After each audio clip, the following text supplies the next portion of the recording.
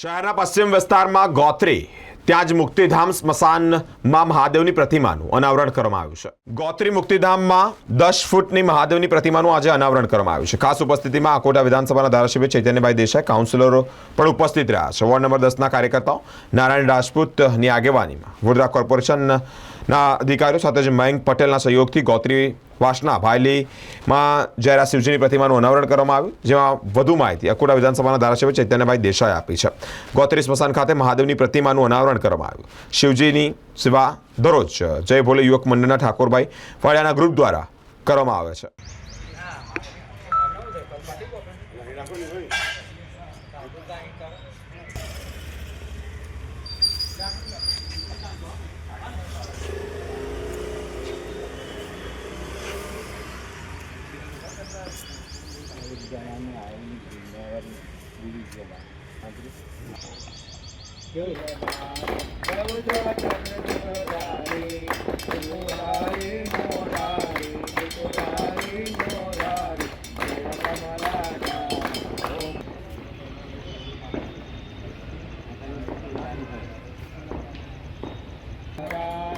गंगाधर गिरजावर गंगाधर गिरजावर ईश्वर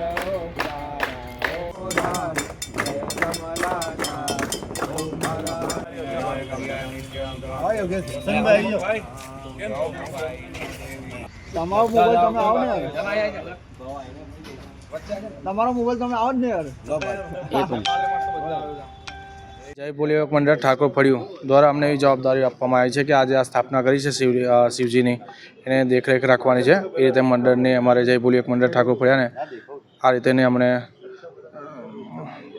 સેવાનું કાર્ય અમને સોંપ્યું છે। એ બદલ ખૂબ ખૂબ આભાર સૌનો।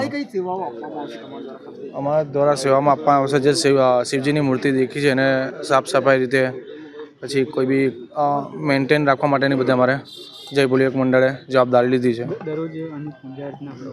દરરોજ આની પૂજા અર્ચના થશે અને બીજી વસ્તુ કે પુષ્પ રોજ ચડાવવામાં આવશે શિવજીને અને અગરબત્તી દીવાબત્તી રોજ થશે। મારું નામ ધર્મેશ ઠાકોર, જય બોલે યુવક મંડળ ઠાકોર ફળિયું। અમારા વડોદરા શહેર પ્રમુખ શ્રી ડૉક્ટર વિજય સાહેબનું એક સપનું હતું કે ત્રણ સ્મશાન વડોદરા શહેરના ગોત્રી ભાયલી વાસના વ્યવસ્થિત ડેવલપ થઈ જાય। કોર્પોરેશનની ટીમને સાથે રાખી, વોર્ડ નંબર 10ની ટીમને સાથે રાખી, ચાર કાઉન્સિલરશ્રી અને ધારાસભ્યશ્રીને સાથે રાખીને એક જવાબદારી સોંપેલી કે ભાઈ ત્રણ સ્મશાનમાં લાકડા ફ્રી થવા જોઈએ, છાણ ઘાસ ગમે કોઈ પણ વસ્તુ એક વિના મૂલ્યે મળવું જોઈએ ત્યાંની પબ્લિકને। અને સ્મશાન એવું હોવું જોઈએ કે વડોદરા શહેરમાં આ સ્મશાન લોકો જોવા આવે એ રીતે કરવાના હતા।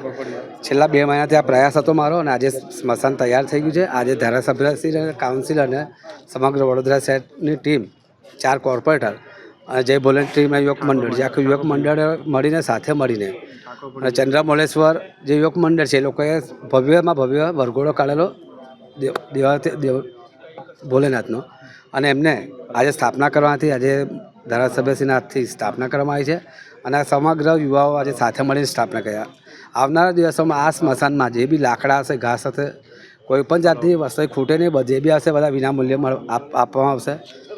કોઈ પણ વસ્તુને અને બીજી અમારી ટીમ તૈયાર કરવામાં આવે કે ઘણા લોકોને ખબર નહીં પડતી કે કઈ રીતે કરવાનું છે। અમારી ટીમને જે ફોન કરશે, લેડીઝ હોય કે જેન્ટ્સ, લેડીઝ તો લેડીઝ હશે, જેન્ટ્સ હોય જેન્ટ્સ હશે, એમને નવડાઈ ધોળાની વ્યવસ્થિત તૈયાર કરવામાં આવશે કે જે રીતે વિધિ પ્રમાણે। અને જે બોડી લાવવાની હશે એ ગાડી જશે, ગાડી જે અહીંયા આવશે અને અહીંયા બધું તૈયાર કરીને બી આપશે એની ટીમ વિના મૂલ્યે।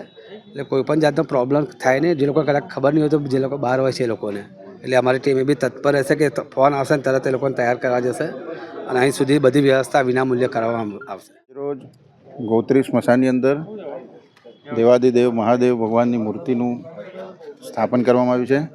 આ મૂર્તિ મયંકભાઈ પટેલ જે ક્રેડાઈના પૂર્વ પ્રમુખ છે એમના સહયોગથી મળેલ છે ને એમનો અમે આભાર વ્યક્ત કરીએ છીએ કોર્પોરેશન વતી અને ગામના સમસ્ત નાગરિકો વતી કે એમને આવું સેવાકીય કાર્ય કર્યું। અને આ કાર્યની અંદર અમારા ભારતીય જનતા પાર્ટીના કાર્યકર નારાયણ રાજપૂત જોડાયા છે। આ સાથે સાથે પૂર્વ ભાયલી સ્મશાનની અંદર એક મૂર્તિનું સ્થાપન કરવામાં છે। એ જ રીતે આજે ગોત્રી સ્મશાનમાં મૂર્તિનું સ્થાપન થઈ છે અને આવનારા સમયની અંદર વાસના સ્મશાનની અંદર પણ દેવાદિદેવ મહાદેવની મૂર્તિની સ્થાપના કરવાની છે। આ ધર્મ કાર્ય માટે હું સમગ્ર ટીમને ખૂબ ખૂબ અભિનંદન આપું। આજે ગોત્રી તળાવ પાસે આવેલ ગોત્રી સ્મશાન એની અંદર મહાદેવની મૂર્તિનું અનાવરણ કર્યું છે. ગોત્રીના દરેકે દરેક કાર્યકર્તા, ભારતીય જનતા પાર્ટીના સાથે 4 કાઉન્સિલર ઉમંગભાઈ, નીતિનભાઈ ડોંગા,